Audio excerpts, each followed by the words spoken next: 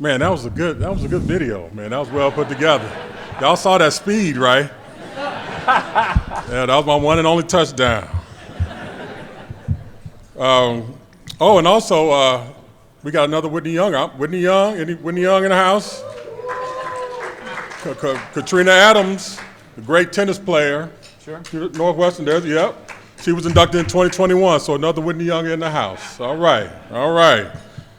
Morgan Parker's all right, too. He's pretty good, too. But thank you, honestly, thank you.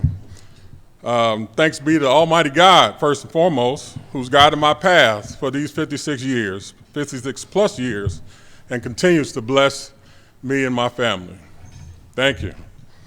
Congrats to all the other inductees tonight. It was a great class. I'm hearing some great stories so far, and I'm in great company. So congratulations to everybody else.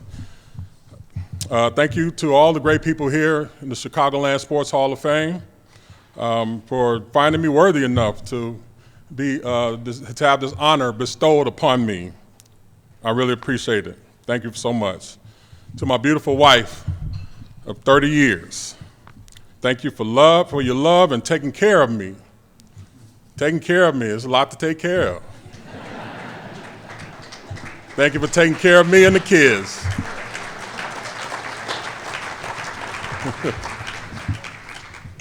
To my excellent kids, not just kids, my excellent kids. I got two right here today. My son couldn't be here. He's at SMU, about to play a big game against Clemson on Saturday. He's a tight end, number 82. Y'all watch that game if y'all. 2:30 Central. But I have my older daughters here, Kyra and Iris. Now, stand up, ladies. These you're looking at the best PR, social media marketing team in Texas. They're talking about, Dad, get some photos, get some video, you have to get some content. And when we were walking in the door, I'm thinking they supposed to be having the camera on me. They had the camera on themselves. I'm like, who the hell going into the Hall of Fame tonight? Me. No, thank you guys, for real. Those are my lovely girls. Thank you so much. And also, as I mentioned, my son, Russell Jr., or R.J. Maryland, who couldn't be here tonight. He's vying to be the best tight end in the ACC at Southern Methodist, so give it up for him. I want to dedicate this honor to my mom and dad. My mom worked for the city of Chicago, the police department, and the sewer department for the better part of 30 years. Worked her butt off. And my mom is here. Stand up, Mom. It's Rita Maryland.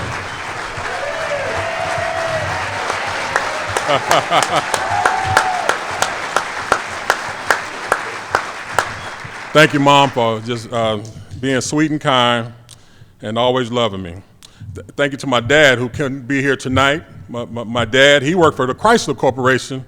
He had the Chicagoland zone office, which is Chicagoland, Northwest Indiana. So I went on many a trip with him to Hammond, Indiana, Michigan City, just sitting around in the car just being bored, wondering what he was doing. But he would take the orders from Detroit and, all of that stuff, or whatever he did. But that's my dad, so give it up for my dad.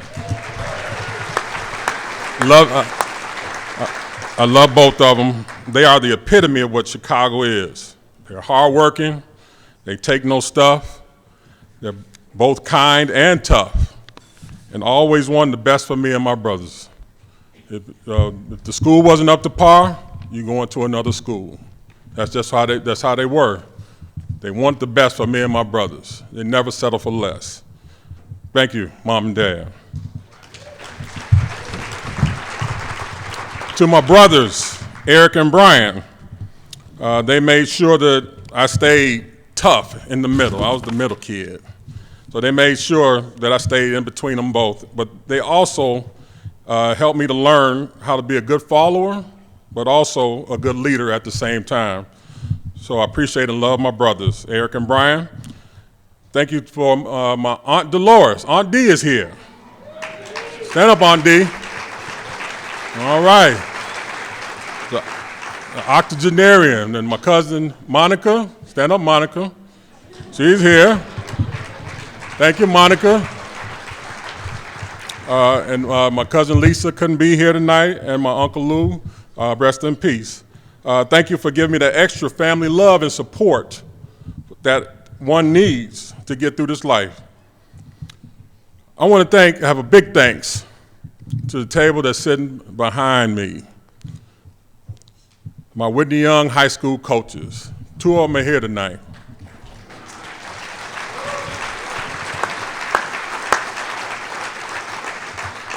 But along with Coach James George, Clarence Telford, who couldn't be here. Clarence Telford couldn't be here, James Adams couldn't be here, and Harry Cooper and Ed Wallace, may they rest in peace. I have in the house Mr. Gerald Prince. Stand up, Coach Prince.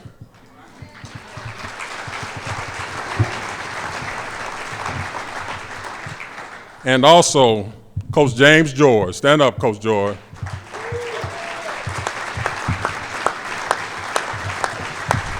Thank you, guys.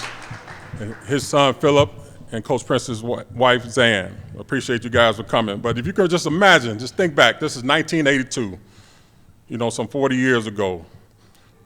I'm 13 years old. The only games that I was playing was Atari 2600. That's all I did. Nice air-conditioned house. I know nothing about organized football. And then my father's just looking at me one day crazy. He's like, hey, son, you got to get up and get out and do something. You got to get your ass out the house. Because you're just eating up too much of the food.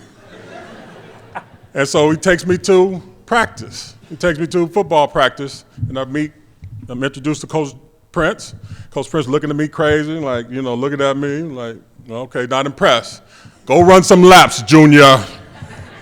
And I'm running laps. I had lots of laps and lots of bear crawls that first year.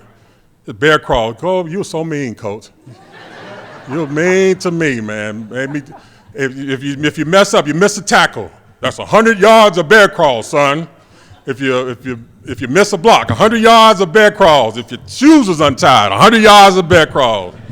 If you have snot running down your nose, that's 100 yards of bear crawls. I'm like, damn, Coach, you running the snot out of me. That's why. Coach George, well, he was tough, man. Well, I love me some Coach George. He was tough, though.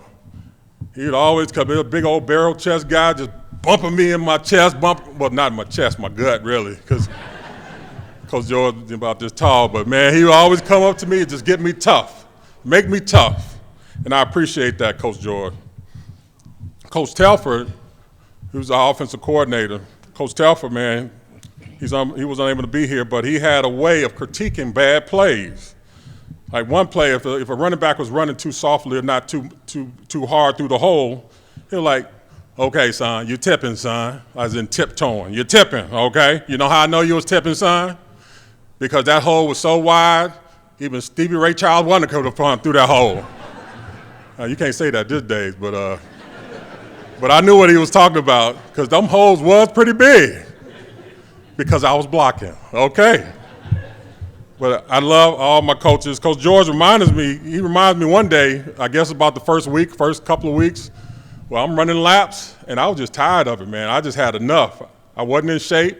I was 300-something pounds. And I didn't know what organized football was all about. So one of them laps that I ran, I just figured that I had enough of running laps. So you know what I did? I took my ass to Loomis Avenue and went south. I just headed south. I looked one way, the other way. I was escaping from Alcatraz, brother. And I was gone. Headed south. And I was so tired, man, I just wanted to get to the Eisenhower, jump off, and just get hit by a damn westbound Jay's potato chip truck or something. I just had it, man. I swear.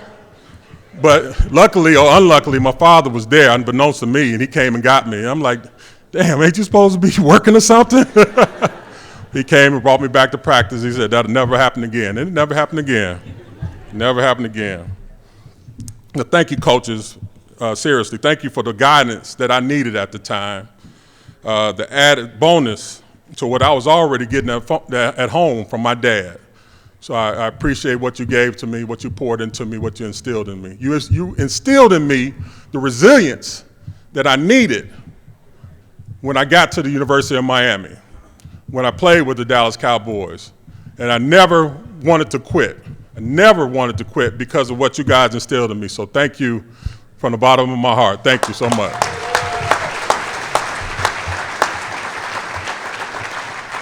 I got one of my former teammates in the house with Curtis Eskers.